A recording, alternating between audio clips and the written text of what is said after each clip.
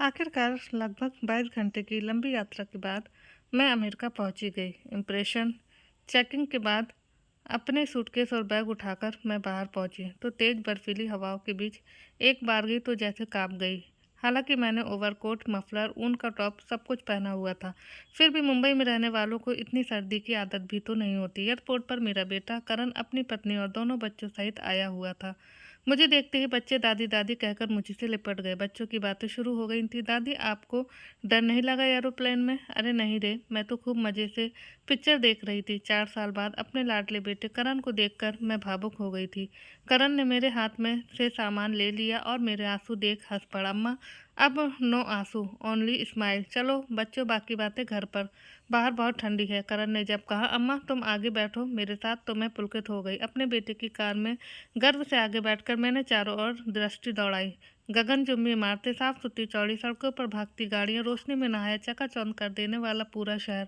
घर पहुंचकर मैं थोड़ा लेट गई और लेटते ही सो गई। रात को खाना खाकर देर तक मैं करण, बहू रेखा और बच्चों के साथ बातें करती रही। मुंबई से लाई भाकर बड़ी, चकली, पूरण पूरी खाकर सब लोग सो गए। अच्छा अम्मा, कल शुक्रवार है, हम दोनों का कल ऑफिस है। मैं तुमको यहाँ पास में इंडियन टेम्पल में छोड़ देता हूँ, वहाँ कोई फंक्शन है। एक बड़े कथावाचक पंडित जी हरिद्वार से आए हैं। मेरे दोस्त उदय की माँ भी वहाँ होंगी, मैं आपको मिला देता हूँ। आप उनके साथ वहीं रहना, मैं शाम को वहीं से आपको ले लूँगा। फिर तो वीकेंड है, हम 2 दिन साथ में घूमेंगे फिरेंगे। अगले दिन का प्लान अपनी अंग्रेजी मिश्रित हिंदी में बताकर करण सोने चला गया। अगले दिन सुबह 11 बजे हम वहाँ के प्रसिद्ध बालाजी मंदिर पहुँच गए। वहाँ बहुत से मंदिर हैं जिनमें भारतीयों के साथ साथ अमेरिकी लोग भी जाते हैं। उस भव्य और सुंदर मंदिर का प्रांगण खचाखच भरा था। एक मंच पर पंडित जी भागवत कथा सुना रहे थे। पूजा अर्चना के बाद मैं भी कथा सुनने बैठ गई। उदय की माँ को फोन करना तो मैं भूल ही गई थी। दोपहर में भोजन की भी व्यवस्था थी। अमेरिका में सात्विक सुस्वाद भोजन पाकर मेरा तो आत्मा भी तृप्त हो गई। भोजन के बाद मैं वहाँ एक कुर्सी पर सुस्ताने बैठी थी कि अचानक एक भारतीय युवक ने आकर मेरे पैर छू लिया और मुस्कुराकर बोला, मौसी आप यहाँ कैसे? मुझे पहचाना? मैं उलझन में थी। चेहरा तो बहुत जाना पहचाना है, पर याद नहीं आया कि इस युवक को मैंने कहाँ देखा है। मौसी, मैं आपकी भोपाल की सहेली सुनीता का बेटा नितिन। अरे हाँ, मैं खुशी से खिल उठी। नीतिमान, इसी नाम से तो हम उसे बुलाते थे। मैं यहाँ अपने बेटे के घर आई हूँ। तुम बताओ सुनीता कैसी है? तुम यहाँ कब से हो? क्या करते हो यहाँ? कितने बच्चे हैं तुम्हारे? अरे मौसी, एक मिनट। नितिन ने मेरी बातों पर ब्रेक लगाया। पहले आप अपने बेटे को फ़ोन करके बोल दीजिए कि आप मेरे साथ हो और मैं आपको रात को आपके घर छोड़ दूँगा। अभी मैं आपको अपने घर ले जाता हूँ, वहाँ आप सबसे मिल भी लेंगे और हम आराम से बैठकर ढेर सारी बातें करेंगे। मैंने बिना कोई देर किए करण को फ़ोन लगाया और चल पड़ी नितिन के घर। रास्ते भर नितिन मुझे अमेरिकन सभ्यता और यहाँ बसे भारतीय लोगों के बारे में और शिकागो की जीवन शैली आदि के बारे में बताता रहा। मैं उसको सुनते हुए मिशिगन झील के स्वच्छ नीले पानी को और उसके चारों ओर फैली हरियाली को देखकर मुग्ध हो रही थी। लगभग 40 मिनट की ड्राइविंग के बाद हम नितिन के घर पहुंचे। घंटी बजाने पर एक लंबी, सांवली और सुंदर सी युवती ने दरवाज़ा खोला और मुस्कुराते हुए मेरा अभिवादन किया। जरूर नितिन ने उसे फ़ोन पर मेरे आने के बारे में बताया होगा, मैंने सोचा। मुझे आदरपूर्वक सोफे पर बैठाकर वह भीतर चली गई। सुंदर तरीके से सजा हुआ घर। सौम्या, 2 कप मसाला चाय बनाना। मौसी तुम्हारे हाथ की चाय पहली बार पी रही हैं। खूब अच्छी बनाना, नितिन ने आवाज़ दी। मेरे मन में प्रश्न उठा, ये लड़की कौन है? यहाँ तक मुझे याद है ये सुनीता की बहू वेदिका नहीं है, क्योंकि मैं ही तो गई थी सुनीता के साथ उसे देखने। मैं उसका चेहरा कैसे भूल सकती हूँ? फिर क्या नितिन ने दूसरी शादी कर ली है? तब वेदिका का क्या हुआ? कुछ मुझे जम नहीं रहा था। अचानक मुझे लगा अब मुझे घर जाना चाहिए। मैंने नितिन को प्रश्नवाचक दृष्टि से देखा, पर नितिन तो इत्मीनान से जूते खोल रहा था। जूते स्टैंड में रखकर, मौसी मैं 2 मिनट में आता हूँ बोलकर नितिन भीतर चला गया। तब तक वह युवती जिसे नितिन सौम्या के नाम से संबोधित कर रहा था, एक ट्रे में चाय और नाश्ता लेकर आ चुकी थी। आइए आंटी, आप चाय पीजिए, तब तक वह भी फ्रेश होकर आ जाएंगे। बड़ी मीठी सी आवाज़ थी उसकी। मैं अभी भी उलझन में थी, कुछ समझ नहीं पा रही थी कि क्या बोलूँ। तभी नितिन आ गया। मेरे चेहरे पर असमंजस के भाव देखकर मुस्कुरा दिया। अरे मौसी, मैंने तो आप दोनों को मिलाया ही नहीं। ये सौम्या है मेरी पत्नी, हमने अभी 2 साल पहले ही शादी की है। सच कहूँ तो मुझे सुनकर अच्छा नहीं लगा। मैं अपने आप को रोक नहीं सकी। मैंने कुछ तल्खी से नितिन से पूछा, क्या सुनीता और वेदिका को मालूम है ये सब? तुम्हारी तो एक बच्ची भी थी ना? यहाँ विदेश में आते ही तुम ऐसे बदल जाओगे, मैंने नहीं सोचा था। क्या इसलिए मुझे रास्ते पर भर यहाँ की सभ्यता की दुहाई दे रहे थे तुम?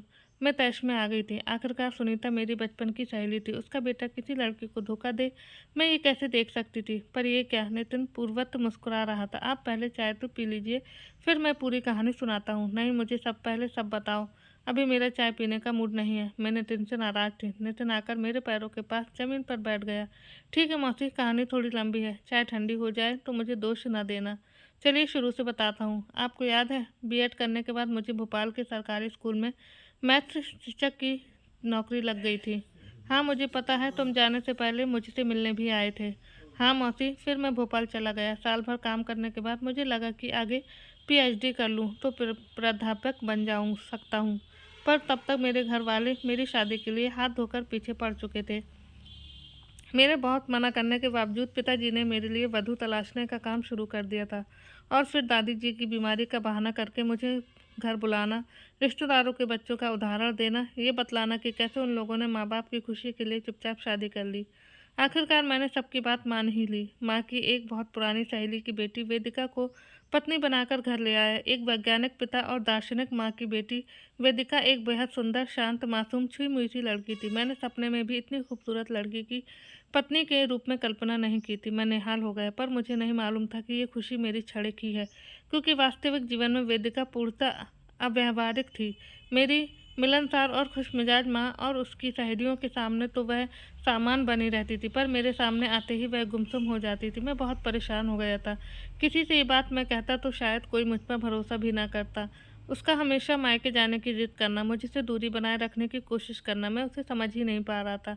मैं बहुत कोशिश करने के बाद भी उसके साथ कोई मानसिक या शारीरिक तारतम्य नहीं बैठा पा रहा था। संयुक्त परिवार होने के कारण सास ससुर के लगातार जोर देने पर हमारी एक प्यारी सी बच्ची परी का जन्म तो हो गया, पर उसके आगे उसने दूसरे बच्चे के लिए साफ मना कर दिया, और पूछने पर अलग अलग बहाने बनाने शुरू कर दिए। आखिरकार उसकी एक बचपन की सहेली से मालूमात करने पर मुझे पता चला कि वेदिका के पिता का देहांत मात्र 35 की उम्र में ही हो गया था, और उनकी जगह माँ को अनुकंपा के आधार पर नौकरी मिल गई थी। घर में उसकी 2 छोटी बहनें भी थीं, यानी माँ और 3 बेटी थीं, पर घर में पुरुष सदस्य के अभाव के कारण तीनों बहनों को शुरू से ही पुरुषों का साथ पसंद नहीं, इसलिए उसकी छोटी बहनों ने भी अभी तक शादी नहीं की है।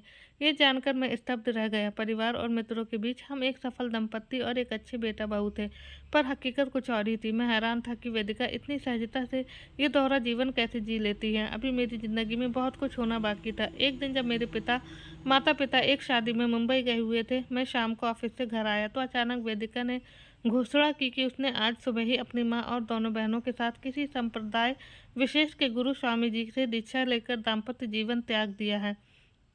अब उसका मेरा पति पत्नी का रिश्ता तो हमेशा के लिए समाप्त हो चुका है, परंतु वह अपनी बेटी के प्रति दायित्वों को पूरा करने के लिए इसी घर में रहेगी। हालांकि मुझसे और मेरे घर वालों से अब उसका कोई नाता रिश्ता नहीं है। वह मुझसे आज्ञा नहीं मांग रही थी, सिर्फ सूचना दे रही थी।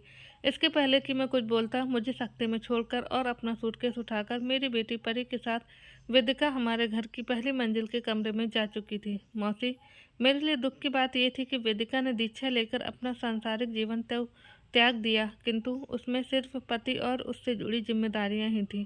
बेटी के प्रति प्रेम ने उसे अब भी मेरे परिवार से जोड़े रखा था, और इस विडंबना से मेरा जीवन अंत दर्दों से भर गया। पति तो मैं रहा नहीं, किंतु अपनी बेटी परी से असीम प्रेम के कारण बस फंसा सा रह गया, और बेटी के समझदार होने का इंतजार करता रहा ताकि उसे एक मित्र की तरह सब कुछ बता सकूं।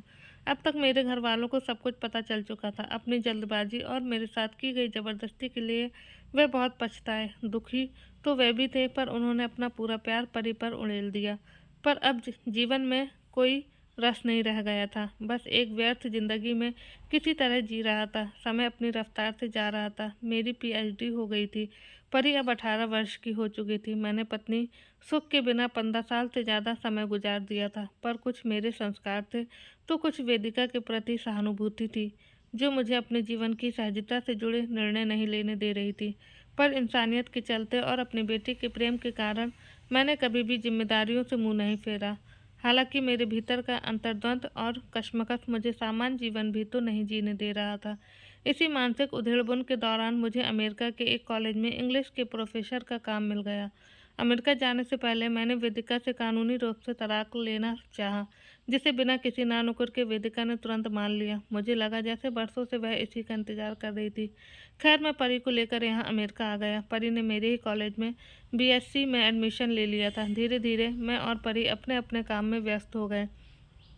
इसी दौरान एक समारोह में मेरी कॉलेज कमेटी की सदस्य सौम्या से मुलाकात हो गई।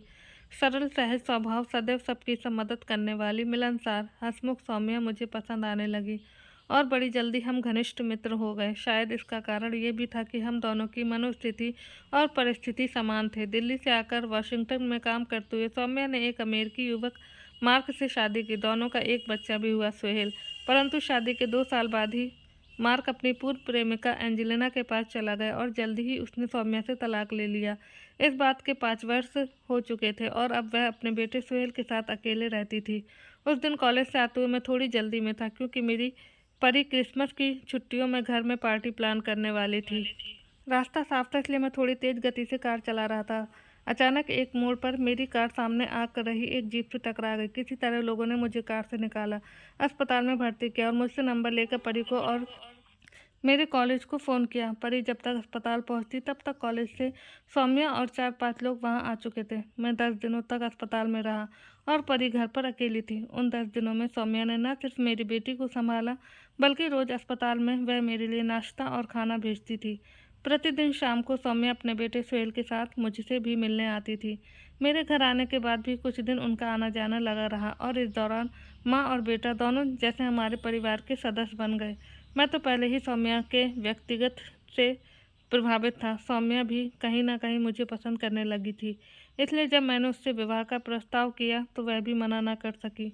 बच्चों की सहमति से हमने 15 दिनों में ही यहीं के एक मंदिर में एक दूसरे के गले में माला पहनाकर विवाह कर लिया। अगले ही महीने मैं उसे भारत ले गया। माँ पिताजी को मैंने शादी के बारे में बता दिया था। उन्हें कोई शिकायत नहीं थी। उन्होंने हमारा स्वागत किया। फिर वहीं भोपाल में हमने कानूनी रूप से शादी की।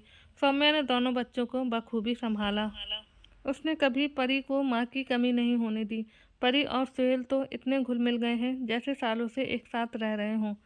माई बाबूजी तो सब अब नहीं रहे, पर मेरे परिवार के बाकी सभी लोगों का अपने स्वभाव और व्यवहार से सौम्या ने दिल जीत लिया है। साल में एक बार हम सभी भोपाल जाते हैं और भैया भाभी भी यहाँ आकर रह गए हैं। अब बताइए मौसी, अभी भी आपको लगता है मैं गलत हूँ तो मैं आपसे माफ़ी मांगता हूँ, कहकर नितिन ने हाथ जोड़ दिए। अरे मौसी, मैं आप ही से बात कर रहा हूँ। नितिन ने मुझे झकझोरा तो जैसे मैं अचानक होश में आई। देखा, नितिन मेरे पैरों के पास बैठा हुआ मुझे एकटक देख रहा था। सौम्या की नज़र भी मेरी ओर ही थी। मेरी आंखें भर आईं। मुझे याद आया सालों पहले का नन्हा सा नितिन। जब मैं उसके घर जाती थी तो वह ज़मीन पर बैठकर अपनी छुक छुक ट्रेन चलाता रहता था और मेरे चॉकलेट देने पर खुश होकर ताली बजाता था।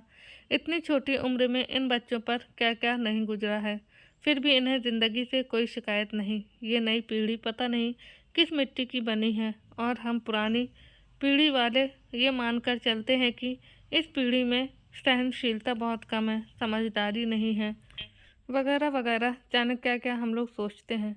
मैंने स्नेह से नितिन के सिर पर हाथ फेरा। नहीं बेटा, माफ़ी किस बात की। मुझे खुशी है कि तुमने किसी भी परिस्थिति में हार नहीं मानी और जीवन में आगे बढ़ते रहे। सामने बैठी सौम्या को देख मैंने मुस्कुराते हुए कहा, बहू एक गर्म चाय मिलेगी? हाँ मौसी, क्यों नहीं, चाय के साथ समोसा भी मिलेगा। हंसते हुए सौम्या अंदर चली गई। अब चलें बेटा, चाय नाश्ते के बाद, मैंने नितिन से कहा। अरे मौसी रुको तो, अभी एक और सरप्राइज़ बाकी है। नितिन ने सौम्या को इशारा किया। वह जल्दी से अंदर गई और आते समय उसके हाथ में एक नन्ही सी महीने भर की बच्ची थी। मौसी, सौम्या की बहुत इच्छा थी कि हमारी एक बच्ची हो और ईश्वर ने हमारी सुन ली। देखो आप भी आ गई उसको आशीर्वाद देने। आज की तारीख में इससे अच्छा क्या हो सकता है। अब आप लगे हाथ इसका एक अच्छा सा नाम भी बता दो। कहते हुए उसने बच्ची को मेरे हाथ में दे दिया और दोनों मेरे पैरों पर झुक गए। उस प्यारी सी बच्ची को गोद में लेकर हर्ष के अतिरिक्त मैं जैसे रो पड़ी। नितिन, इसका नाम उजाला रखना। ईश्वर करे अब तुम दोनों की ज़िंदगी में बस खुशियों का उजाला हो। वाह उजाला, मौसी वाट अ लवली नेम। सौम्या एकदम से खुश हो गई। बच्चे के हाथ में नेंग देते हुए ढेर सारा आशीर्वाद उन दोनों को देकर और जल्दी ही खाने पर आने का वादा करके मैं उठ खड़ी हुई। नितिन मुझे घर तक छोड़ने आया। तो बस आज की कहानी में इतना ही।